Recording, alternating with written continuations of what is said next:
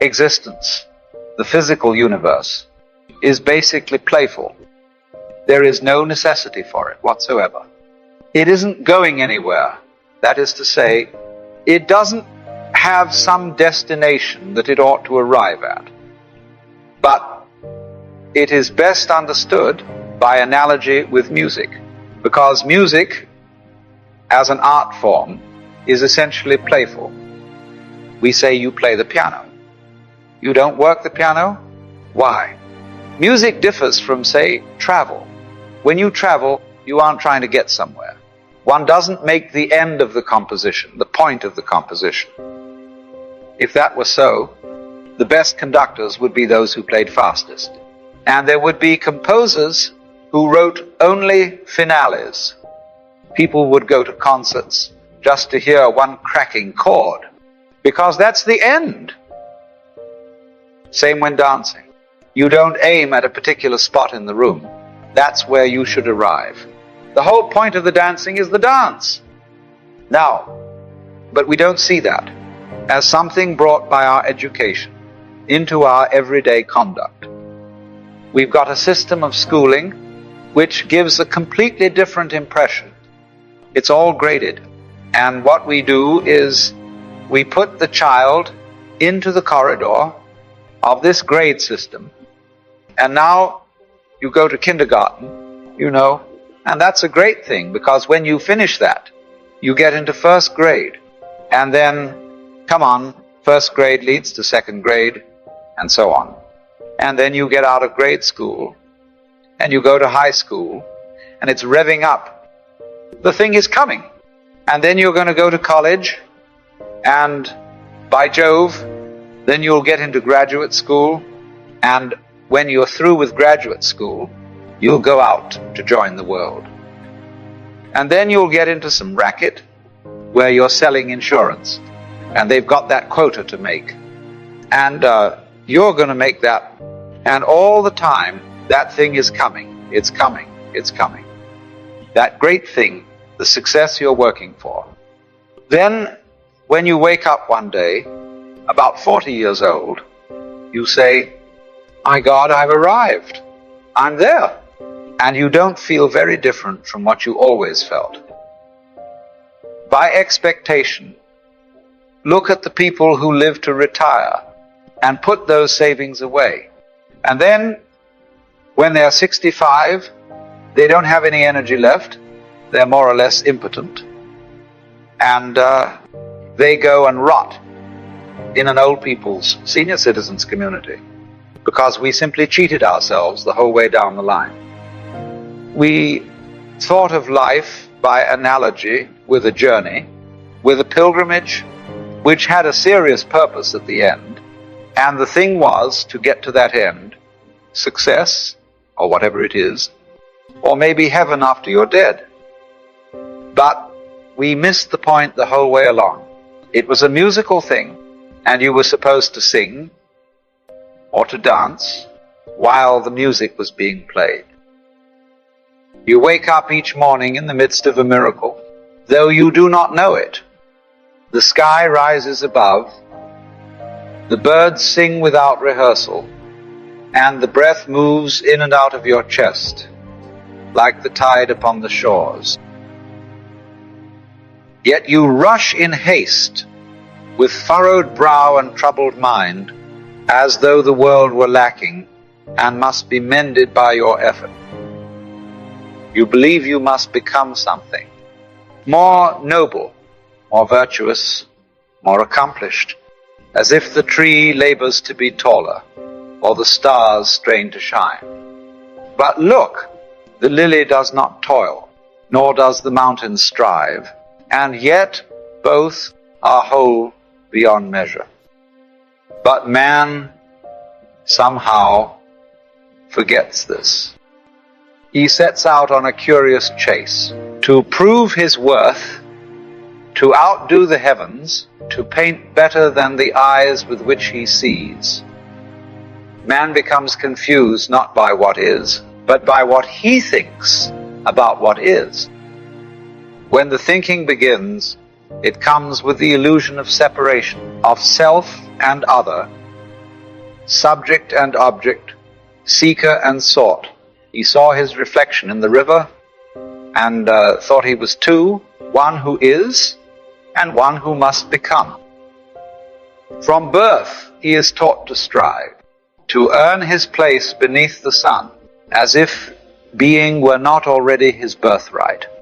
He is taught that love is not simply given, but earned, that one must perform, impress, and improve to be seen. And so love, which ought to be like the sunlight asking nothing in return, becomes a transaction, a test. He learns that applause is affection and silence is shame, that gold stars and good grades are the currency of being worthy. And so the stage is set not for living, but for proving. Achievement becomes his identity. The crown he places on his head is heavy, for it is forged from fear. He is praised not for stillness, but for struggle, not for presence, but for progress. And so he learns to measure his soul with numbers, to bind his worth in titles, and to chase approval like a hungry ghost. The mind, once a mirror, becomes a maze. Thoughts breed thoughts, each one trying to fix the last. The more he knows, the more he doubts. The more he gains, the more he fears to lose.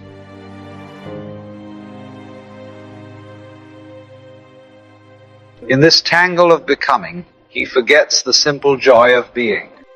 He walks past the sky without seeing it, and holds beauty in his hands without knowing it.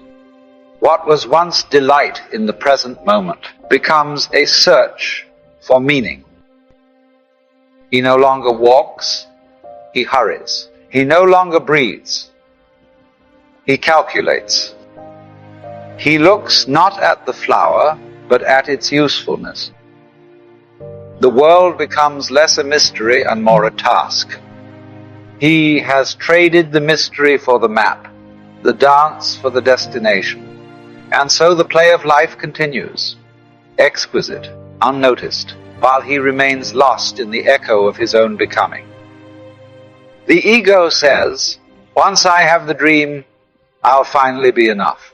There's nothing wrong with building, achieving, creating, but when it becomes your identity, when it becomes a measurement of your worth, you have placed a mask over something already divine.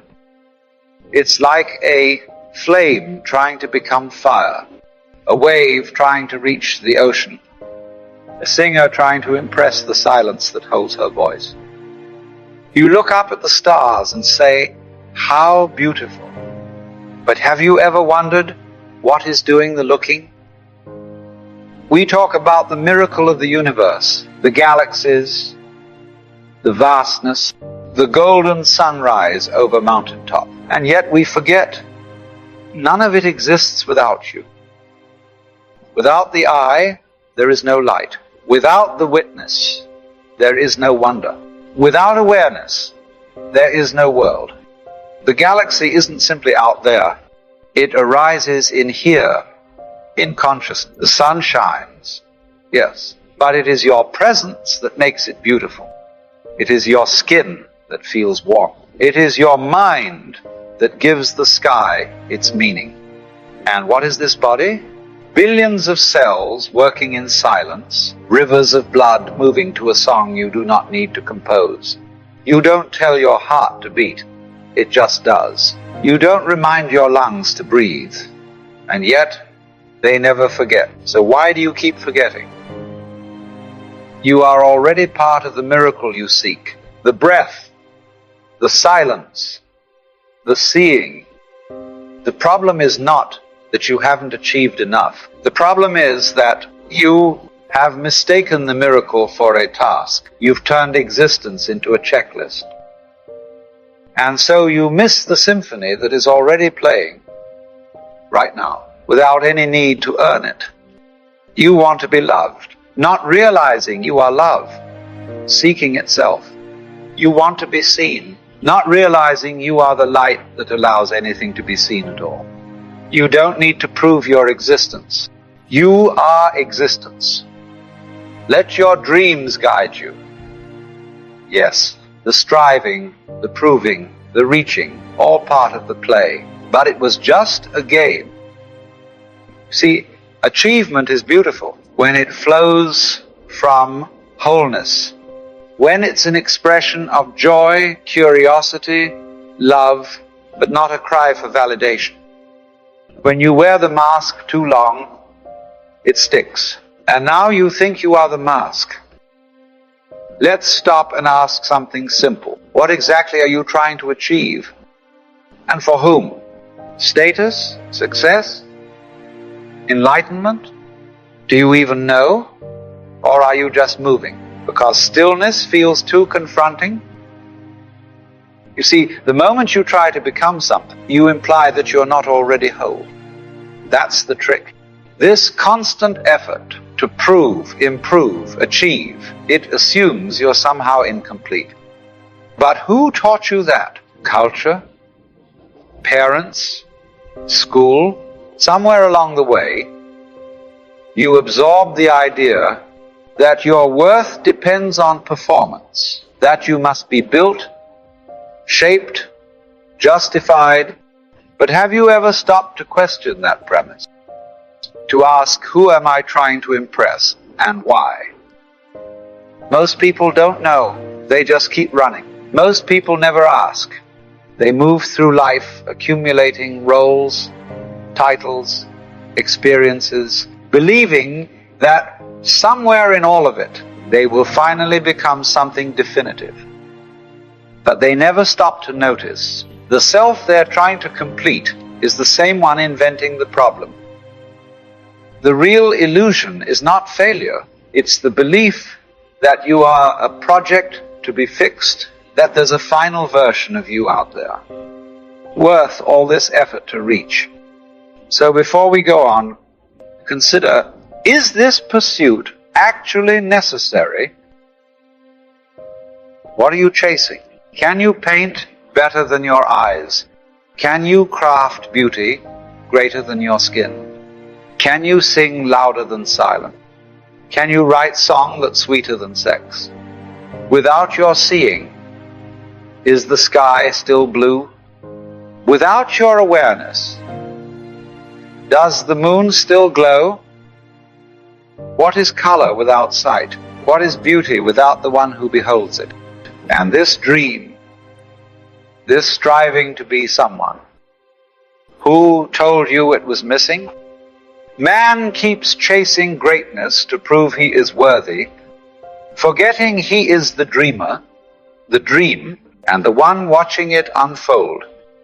What if there is nothing to become? What if all your effort is only dust in the light? You were never meant to improve the world. You are how the world improves itself.